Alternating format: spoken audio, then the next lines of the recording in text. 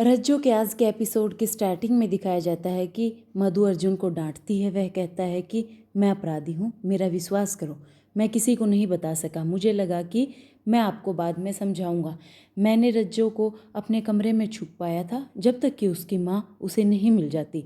मेरा कोई गलत इरादा नहीं था। मधु कहती है कि किस्मत खराब हो तो कुछ भी मदद नहीं मिलती, सज़ा मिलती, आपका चरित्र भी बर्बाद हो जाता। उर्वशी कहती है कि हाँ, तुमने ये कैसे किया?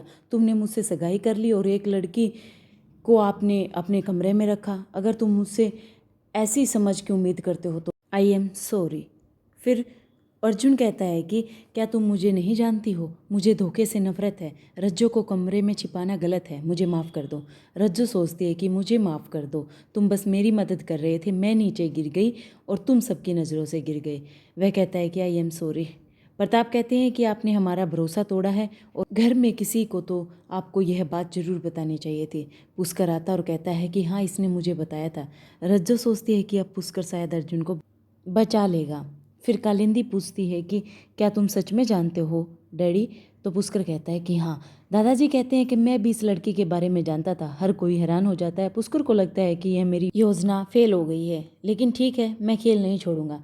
प्रताप पूछते हैं कि आप क्या कह रहे हैं, क्या आप हमसे झूठ बोल रहे हैं? दादाजी कहते हैं कि हाँ, मैंने उसे देखा था और अर्जुन से पूछा था और उसने मुझे सब कुछ बताया था। पुष्कर कहते हैं हाँ, मैंने भी उनसे पूछा, यह उनकी गलती नहीं है। मधु उन्हें डांटती है। वह दादाजी से पूछती है कि क्या उसने अर्जुन के झूठ को क्यों छुपाया? वह इसे बर्दाश्त नहीं करेगी। वह उसे डांट देती है। वह पूछती है कि आपने रज्जो को मेरे अर्जुन के साथ रहने की अनुमति कैसे दी?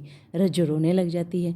मधु कहती है कि हम उसके परिवार को नहीं जानते, हम नहीं जानते कि वह क्या है और वह क्या अपने पिता को जानती है या वह भी उसकी माँ की तरह गायब है। वह रज्जो का खूब अपमान करती है। अर्जुन उसे अपनी भाषा देखने के लिए कहता है। फिर अर्जुन कहता है कि आप ऐसी तो नहीं थी। वह कहती है कि तुम भी ऐसे नहीं थे, बस अपने आप को देखो। मधु कहती है कि मैं तुम्हारा सम्मान करती हूँ पुष्कर, तुमने मुझे अंधेरे में रखकर शर्मिंदा किया है। तुम महान हो, तुम समानता में विश्वास करते हो, इसलिए तुमने कविता को चुना जब वह गरीब परिवार से थी। आपको बंटी के फैसला करने का पूरा अधिकार है, लेकिन अर्जुन का नहीं। बस यह अधिकार मेरा है, मैं अर्जुन की माँ हूँ। वह रज्जो को बहुत डांटती है। अर्जुन कहते हैं कि रज्जो गलत लड़की नहीं है। वह कहती है कि उसे मदद मांगनी चाहिए थी। एक ही कमरे में रहने और एक ही थाली में खाने की उसकी हिम्मत कैसे हुई? उसे अपनी माँ को खोजने के लिए कहना चाहिए था, उसे कहीं बाहर सोना चाहिए था। मुझे कोई आपत्ति नहीं थी, वह यहाँ रहती, जैसा कि हमारे पास पालतू जानवर है, हम उसे खिलाते। अर्जुन कहते हैं कि मैं आपसे विनती करता हूँ, ऐसा मत करो। मधु अर्जुन को डांटती है। वह कहती है कि आप दादाजी और पुष्कर का दिल बदल सकते हैं, लेकिन मेरे इरादे नहीं। मैं इस लड़की को यहाँ बर्दाश्त नहीं करूँगी। पुष्कर माफ़ी मांगते हैं और अपनी गलती सुधारने का मौका मांगते हैं। वह कहता है कि मैं इस लड़की को किसी भी हॉस्टल में छोड़ दूंगा।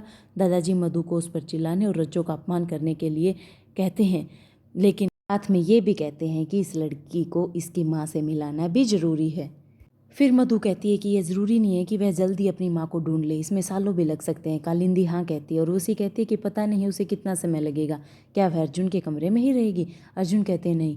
वह कहती है कि मुझे कुछ समय चाहिए। वह कहता है कि हम जल्द ही रज्जो की माँ को ढूंढ सकते हैं, मुझे पता चला है उसकी माँ इस शहर में है। रज्जो कहती है कि मेरे कारण अपने बेटे पर मत जाओ, उसकी गलती नहीं है, मेरी गलती है, मुझे माफ़ कर दो। वह राम की तरह है, उसने अपनी सीमा का उल्लंघन नहीं किया है, उसने लक्ष्मण रेखा पार नहीं की है, उसने मेरे साथ रहने की कोई सीमा नहीं तोड़ी। वो अपनी माँ से खूब प्यार करते हैं, इसलिए वो मेरा दर्द समझ गए और मेरा समर्थन करने के लिए आ गए। मैंने गलती की है, अर्जुन को मत रुलाओ। मधु कहती है कि मैं उसे तुमसे बेहतर जानती हूँ, मैंने उस पर कभी शक नहीं किया, लेकिन तुम्हारे इरादे मैं तुम्हें यहाँ बर्दाश्त नहीं करूँगी। वह रज्जो को बाहर निकालने के लिए कहती है। अर्जुन कहते हैं कि रात के 3 बजे हैं, वह कहाँ जाएगी? मधु कहती है कि आप उसके लिए जगह ढूंढते हैं, फिर आपने उसकी परवाह नहीं की, उसे तुरंत बाहर कर दें।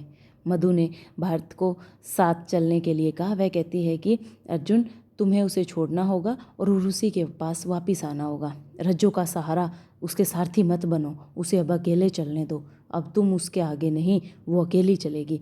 रज्जो वहाँ से चली जाती है। फिर वह भरत से कहती है कि वह रास्ता न खोए, गलत रास्ते पर न जाए, इसको कहीं छोड़ के वापस अर्जुन को लेकर घर आ जाए। फिर अर्जुन और रज्जो एक महिला छात्रावास में जाते हैं। वह रज्जो से माफ़ी मांगता है और वह कहती है कि ठीक है, अब मैं और नहीं सुनना चाहती। एक महिला उन्हें देखती है और पुष्कर को फ़ोन करती है। वह कहती है कि रज्जो यहाँ एक लड़के के साथ आई है। वह कहती है कि आप जानते हैं कि मैं कौन हूँ? अगर आप मेरा काम करते हैं तो आपको दोहरा दान मिलेगा और एक विशेष उपहार भी। वह उसे आज्ञा देने के लिए कहती है।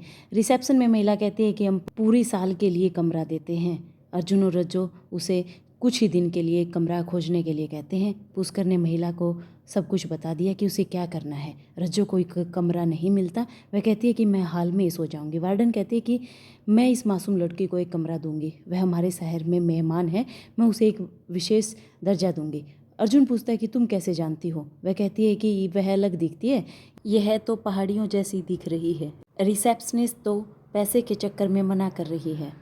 जो अर्जुन को जाने के लिए कहती है, वह कहती है कि वह अकेली रहेगी, उसे वार्डन पर भरोसा है। अर्जुन कहते हैं कि ठीक है, मैं पूरा भुगतान करूंगा और इसको यहीं छोड़कर जा रहा हूँ और बीच बीच में इसको मिलने भी आऊँगा और तुम पर पूरा ध्यान रखूँगा।